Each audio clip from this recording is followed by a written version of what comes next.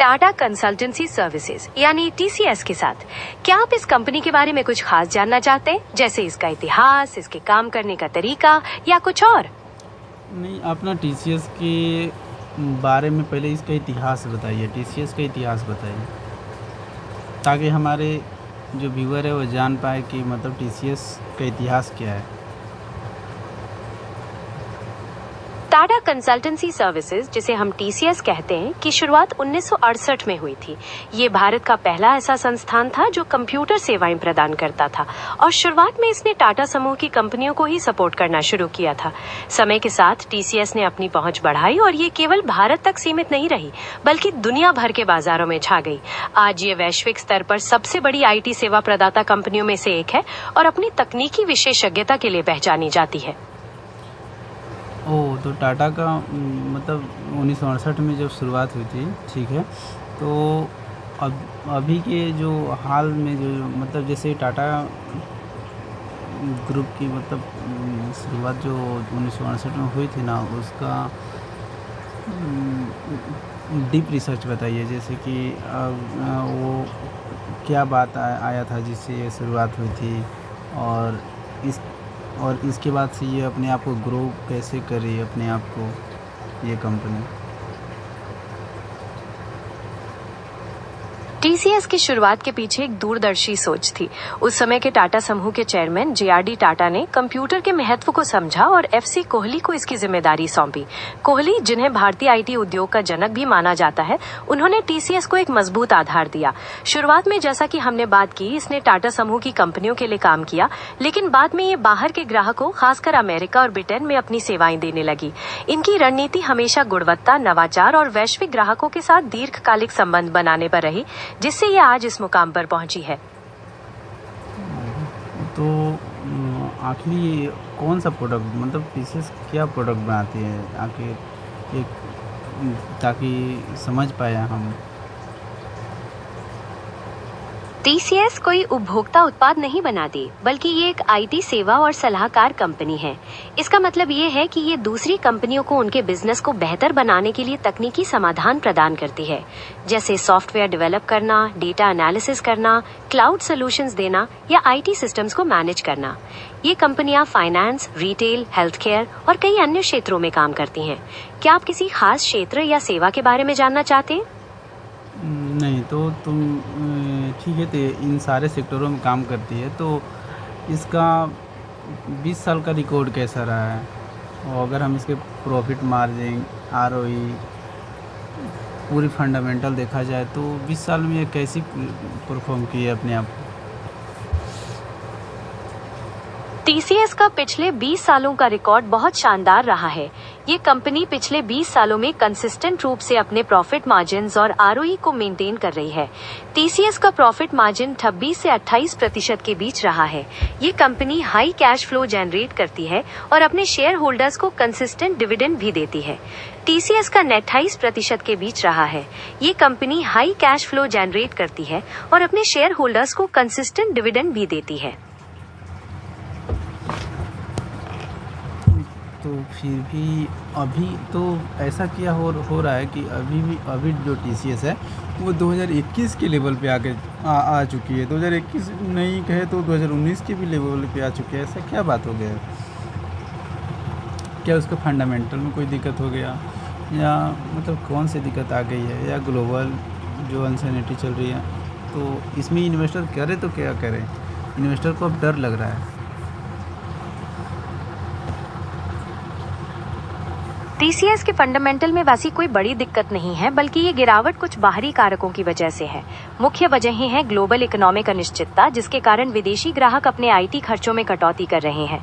इसके अलावा artificial intelligence, खासकर जनरेटिव एआई के बढ़ने से ट्रेडिशनल आईटी सर्विसेज को लेकर कुछ चिंताएं पैदा हुई हैं। इन्वेस्टर्स के लिए ये सलाह दी जाती है कि घबराकर बेचने से बचें और कंपनी के लॉन्ग टर्म पोटेंशियल पर ध्यान केंद्रित करें, क्योंकि टीसीएस एक मजबूत और क्वालिटी बिजनेस है। ठीक है, तो इसकी मैनेजमेंट आखिर इस जो अनसर्टेनिटी चल रही है इसमें तो कुछ तो इनको कदम रखना चाहिए ना। तो अभी तक इसके मैनेजमेंट क्या मतलब कोई ऐसा कदम रखें जिससे पता चले कि कंपनी सही दिशा में जाने वाली है या जाने की सोच रही है।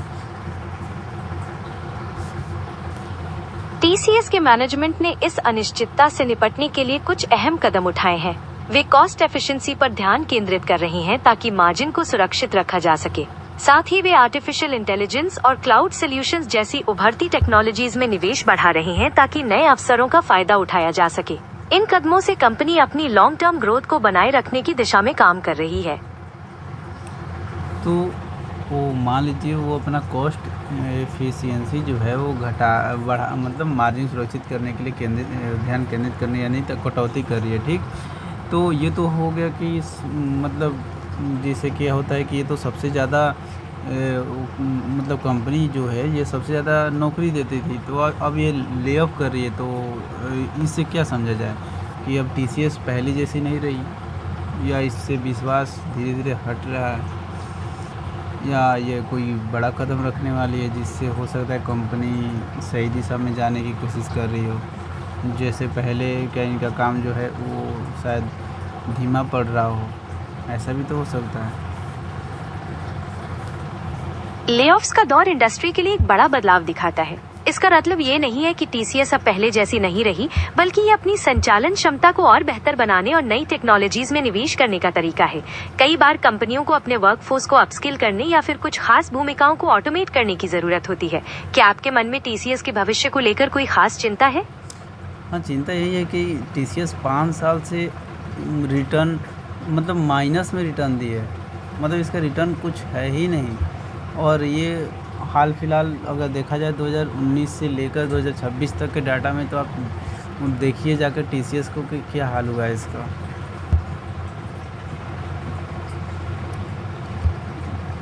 2019 से लेकर 2026 तक का समय टीसीएस के लिए काफी उठापटक वाला रहा है।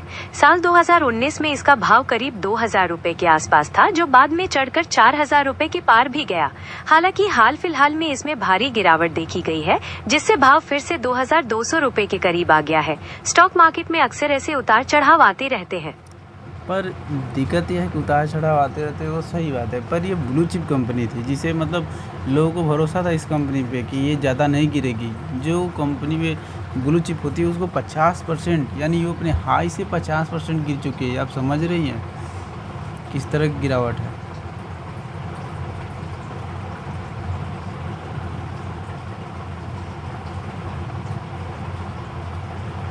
आपकी बात बिल्कुल सही है। टीसीएस जैसी ब्लू चिप कंपनी का अपने हाई से 50% गिरना वाकई में निवेशकों के लिए चिंताजनक है। ऐसा अक्सर तब होता है जब पूरी इंडस्ट्री को किसी बड़े झटके का सामना करना पड़ता है या फिर मैक्रो इकोनॉमिक परिस्थितियां बहुत खराब हों। लंबी अवधि के निवेशकों के लिए ये समय कंपनी के फंडामेंटल्स को दोबारा जांचने और ये देखने का होता है कि क्या कंपनी का लॉन्ग टर्म पोटेंशियल अभी भी बरकरार है। तो क्या आप जांच सकती हैं? जी बिल्कुल, मैंने जांचा है। हालिया रिपोर्ट्स के मुताबिक टीसीएस के ऑपरेटिंग और नेट मार्जिन पिछले 4 सालों में सबसे ऊंचे स्तर पर है। कंपनी की ब्रांड स्ट्रेंथ रेटिंग भी पहली बार AAA तक पहुंची है, जो उसकी मजबूती को दर्शाती इससे ये पता चलता है कि कंपनी के फंडामेंटल्स वाकई में काफी ठोस हैं, भले ही स्टॉक की कीमत में गिरावट आई हो।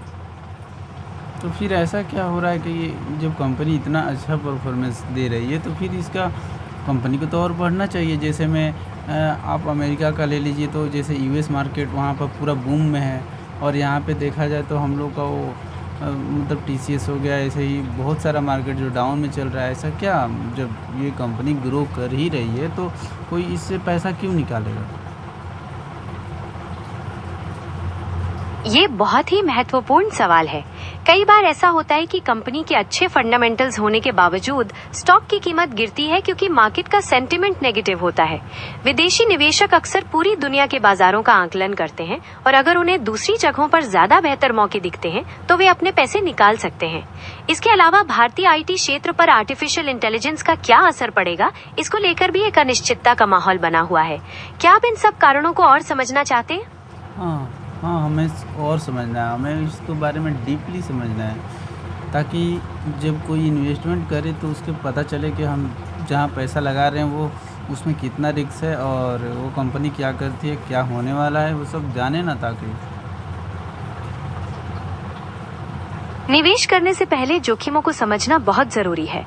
आईटी कंपनियों का कारोबार साइक्लिकल होता है, जिसका मतलब ये है कि जब आर्थिक मंदी हो या अनिश्चितता हो, कंपनियां अपने आईटी खर्चों में सबसे पहले कटौती करती हैं। इसके अलावा अमेरिका और यूरोप जैसे बड़े बाजारों में आर्थिक स्थिरता का बड़ा असर इन कंपनियों के बिजनेस पर पड़ता है। वहीं आर्टिफिशियल इंटेलिजेंस, खासकर जनरेटिव एआई, कुछ पारंपरिक सेवाओं को बदल सकती है, जिससे इनकी विकास दर पर सवाल उठ सकते हैं। क्या आप चाहते हैं कि हम इनमें से किसी एक जोखिम पर और विस्तार से बात करें?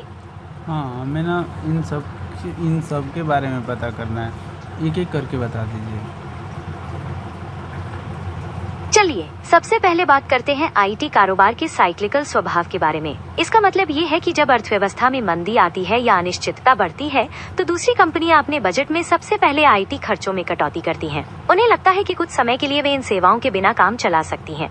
क्या आप इस जोखिम को विस्तार से समझना चाहेंगे या अगले जोखिम पर बढ़ी? नहीं, इसे हमें विस्तार से बताइए पहले, उसके बाद से अगले पे जाना है। आईटी कारोबार के साइक्लिकल स्वभाव को ऐसे समझिए कि जब दुनिया की अर्थव्यवस्था में तेजी होती है, तो बड़ी बड़ी कंपनियां नई प्रोजेक्ट्स शुरू करती हैं, अपने सिस्टम्स को अपग्रेड करती हैं और टेक्नोलॉजी में जमकर निवेश करती हैं। इससे टीसीएस जैसी कंपनियों को खूब काम मिलता है और उनका मुनाफा बढ़ता है। वहीं जब अर्थव्यवस्था में मंदी आती है, तो सबसे पहले ये कंपनियां अपने खर्चों में कटौती करती हैं, जिसमें आईटी बजट शामिल होता है।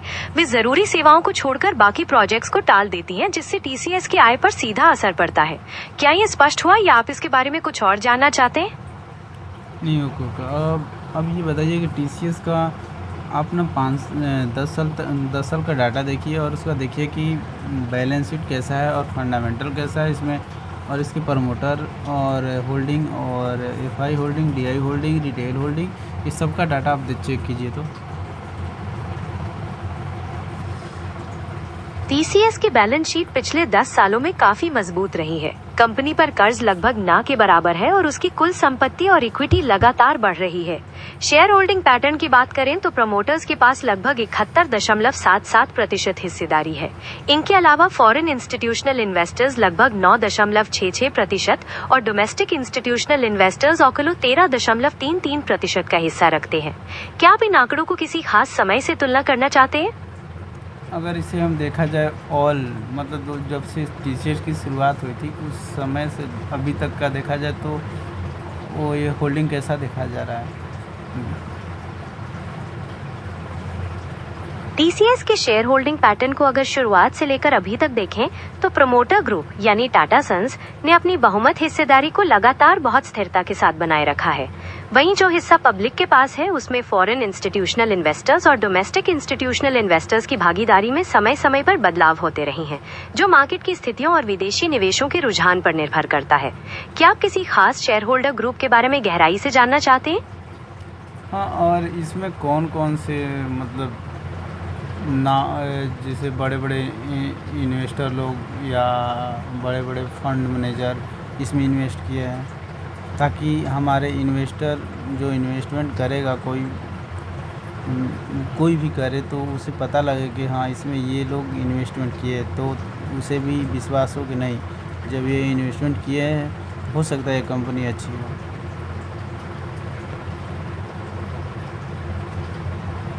टीसीएस में निवेश करने वाले बड़े संस्थागत निवेशकों की बात करें तो प्रमोटर्स के अलावा life insurance corporation of India, जिसे हम एलआईसी कहते हैं, एक प्रमुख शेयर होल्डर है। इसके अलावा SBI funds management, black rock, ICICI prudential asset management और वैनगार्ड ग्रुप जैसी बड़ी अंतर्राष्ट्रीय कंपनियां भी इसमें निवेशित हैं। क्या आप किसी खास इन्वेस्टर के बारे में और जानकारी चाहते हैं? नहीं, और जानकारी इसके बारे में नहीं चाहिए। और हमें ये बताइए कि इसका बैलेंस शीट थोड़ा हमको डाटा में दिखाइएगा। बैलेंस शीट, कैश फ्लो, इस सब का डाटा हमको दिखाइएगा। 5 साल तक का, मिनिमम 5 साल तक का भी दिखा दीजिए। ठीक है, मैं आपको पिछले 5 सालों का बैलेंस शीट और कैश फ्लो का डेटा बता देता हूँ। साल 2022 से 2026 तक टीसीएस की कुल संपत्ति 1,41,514 करोड़ से बढ़कर 1,82,372 करोड़ तक पहुँच गई है। इसी अवधि में कुल इक्विटी 89,446 करोड़ से बढ़कर 1,08,478 करोड़ हो गई है। कैश फ्लो की बात करें तो कंपनी लगातार मजबूत कैश फ्लो जनरेट करती रही है।